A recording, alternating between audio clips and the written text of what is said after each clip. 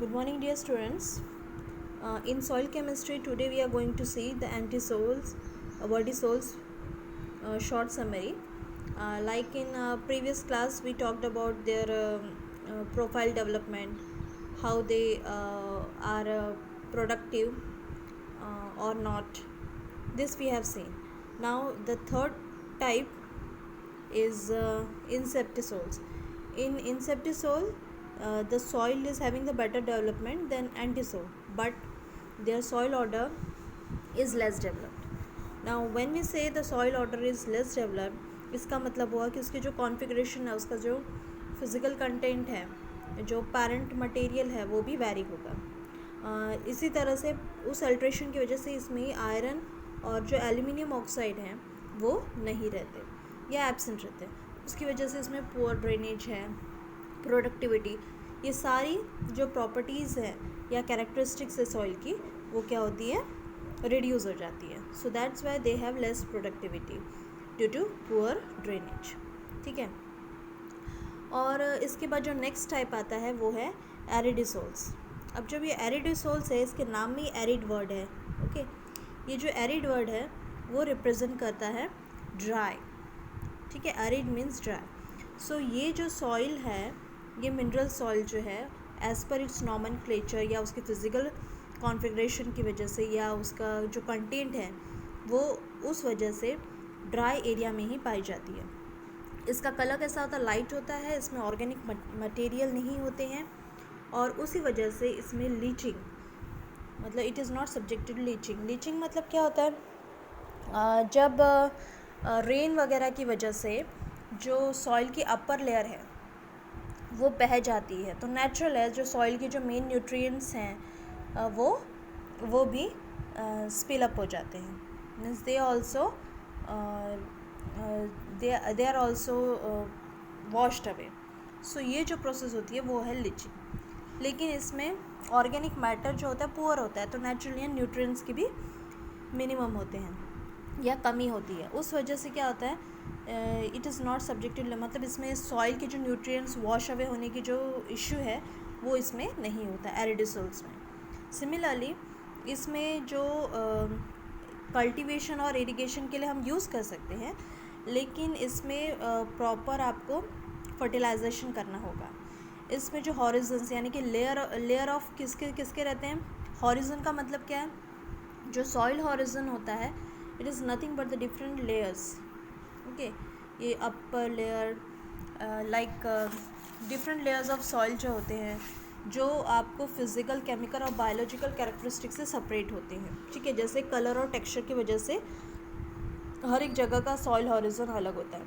तो जैसे सॉइल में ऑर्गेनिक लेयर है, फिर टॉप सॉइल है, फिर एलिवेशन लेयर है, फिर सब सॉइल है, पेरेंट रॉक है, फिर बेड रॉक है. इस तरह से नंबर ऑफ जो लेयर्स होते हैं उनको हम क्या बोलेंगे, सॉइल हॉरिजन. तो यहाँ जो वर्ड हॉरिजन यूज़ हुआ है that is one. Okay. And not the क्षितिज, क्योंकि हॉरिजन का मीनिंग क्षितिज भी होता है. So don't go on that. So we are talking about specially the soil horizon. अब ये जो सॉइल हॉरिजन है या सॉइल की जो डिफरेंट लेयर्स है, उसमें क्या क्या रहेगा, इसमें कैल्शियम सल्फेट्स हैं, कैल्शियम कार्बोनेट्स हैं, जिप्सम सल्फेट बोल सकते हो आप या जिप्सम बोल सकते हो, और इसमें सॉल्युबल सॉल्ट्स भी रहते हैं. इसकी वजह से ये स्पेशली ड्राई सॉइल में आता है, यानी कि आपको डेजर्ट्स में ये देखने को मिलेंगे. उसके बाद नेक्स्ट टाइप आता है मॉलिसॉल्स. मॉलिसॉल्स जो होते हैं, इनके जो अपर लेयर्स होते हैं, यानी कि जो सरफेस हॉरिजन है वो थिक होता है. इनका कलर कैसा रहता है, डार्क है, और इसमें डाइवेलेंट कैटायंस रहते हैं. डाइवेलेंट का मतलब हुआ ऐसे कैटायंस जैसे Ca है, कैल्शियम. जैसे अगर आप कैल्शियम सल्फेट ले लोगे तो उसका आयनाइजेशन करोगे तो क्या होगा, Ca2+ एंड SO4 नेगेटिव. तो ये जो Ca2+ है, ये 2+ इज़ नथिंग बट डाइवेलेंट, यानी कि ऐसा एलिमेंट या ऐसा आयन जिसमें वैलेंसी 2 हो. जैसे Mg है, Mg2+ लिखते हैं हम. तो इस तरह से आपको उस तरह के आयन्स इसमें इस सॉइल में मिलेंगे. ये जो सॉइल है एग्रीकल्चर के हिसाब से बहुत ही अच्छी होती है, इसकी क्वालिटी अच्छी है, लेकिन इसमें अगर आप प्रॉपर फर्टिलाइजेशन करोगे तो इसकी जो प्रोडक्टिविटी है वो और बढ़ेगी. सो इन टोटल ये जो सॉइल है for agriculture purpose it is good. इसमें नॉर्मल ग्रैनुलर या क्रम्ब स्ट्रक्चर होते हैं और इसमें हार्डनिंग नहीं होती है जब ये ड्राई हो जाती है सॉइल, तो इस वजह से ये सॉइल एग्रीकल्चर पर्पस के लिए बेटर है। Okay, then the next type of soil is spodosol. ये जो सॉइल ऑर्डर है ये कौन सा है? स्पॉडोसोल। अब ये जो स्पॉडोसोल है ये आपको मोस्टली फॉरेस्ट एरियाज़ में मिलेगी। ये जो सॉइल है फॉरेस्ट जो एरियाज़ होते हैं उसमें पाई जाती है। अब यहाँ फॉरेस्ट एरिया में पाए जाने वाले सॉइल की कैरेक्टरिस्टिक क्यों अलग होंगी? क्योंकि इसमें लो कंटेंट ऑफ बेसिस होता है। इसका मतलब हुआ कि ये एग्रीकल्चर पर्पस के लिए उतना बेनिफिशियल नहीं है, फेवरेबल नहीं है। ये नेचुरल वेजिटेशन और फॉरेस्ट के लिए ही बेटर है। ओके, इसमें जो ऑर्गेनिक मैटर है वो भी रहता है। ओके, और उसके साथ ही इसमें कॉर्स टेक्सचर होता है। कॉर्स यानी कि थोड़ा खरदुड़ा।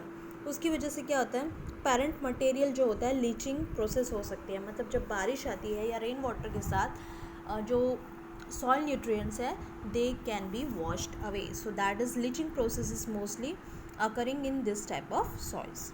अब ये कहाँ पाई जाती है? मोस्टली ह्यूमिड क्लाइमेट्स में जहाँ टेम्परेचर लो हो।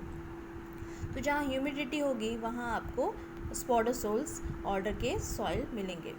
ओके, नेचुरली ये ज़्यादा फर्टाइल नहीं होती है। प्रॉपर फर्टिलाइजेशन अगर करेंगे then it can be productive.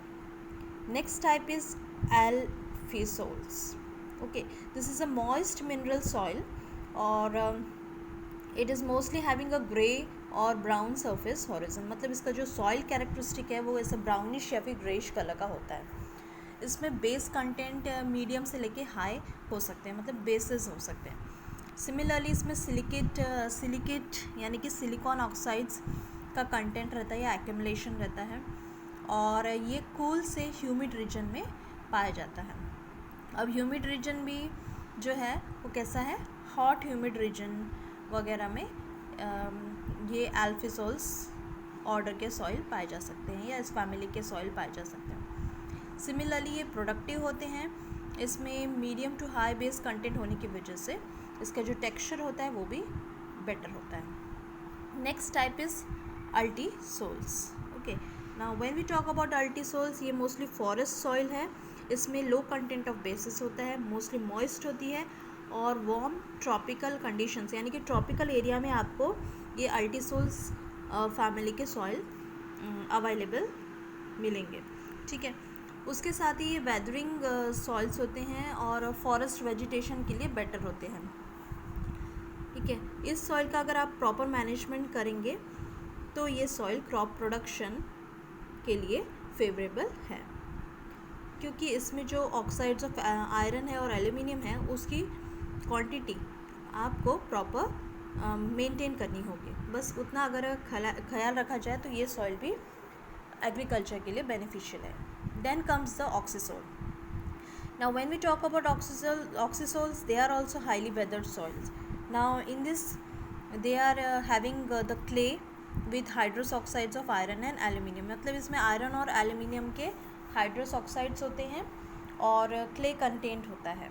Clay content होने की वजह से इसमें प्रोडक्टिविटी होती है। ठीक है, सिलिका होती है। सिलिका मीन्स सिलिकॉन ऑक्साइड्स जो है, अगर वेदरिंग और लीचिंग होने की वजह से क्या होता है, इसमें के जो सॉल्युबल न्यूट्रिएंट्स हैं वो वॉश अवे हो जाते हैं, जैसे सिलिकेट्स है या फिर और अलग तरह के ऑक्साइड्स भी हो सकते हैं जो वॉशेबल हैं। तो इस वजह से हाई अमाउंट ऑफ आयरन और एल्यूमिनियम आपको इसमें देखने को मिलेगा। ये सॉइल्स कैसे होती हैं? प्रोडक्टिव होती है, मतलब they are good for agriculture if they are worked out properly. Then comes the last type that is histosols. ये ऑर्गेनिक सॉइल्स हैं और मतलब जहाँ मॉइस्ट एरिया होगा, मतलब they are developed under water saturated environment and naturally जहाँ भी water content ज़्यादा होगा वहाँ ऑर्गेनिक मैटर रिच एरिया रहेगा। सो इसमें जो क्ले कंटेंट होता है वो लेस होता है और जो क्ले कंटेंट में 50% का ऑर्गेनिक मैटर ज़्यादा होता है। तो इस तरह से अलग अलग कॉम्बिनेशन में आपको डिफरेंट टाइप ऑफ सॉइल्स देखने को मिलेंगे। और ये प्रोडक्टिविटी जो है इनकी, वो एग्रीकल्चर में वेजिटेबल्स के लिए ज़्यादा है। मतलब अगर आप इस सॉइल में यानी कि हिस्टोसॉल्स में वेजिटेबल्स ग्रो करोगे, then they will give you the good result. So this are 10 types of the family of soils which we have gone through. Now in this we are having a tabular form in this which the short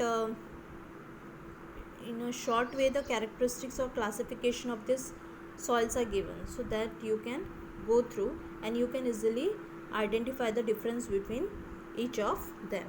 I hope यहाँ तक आपको समझ गया होगा.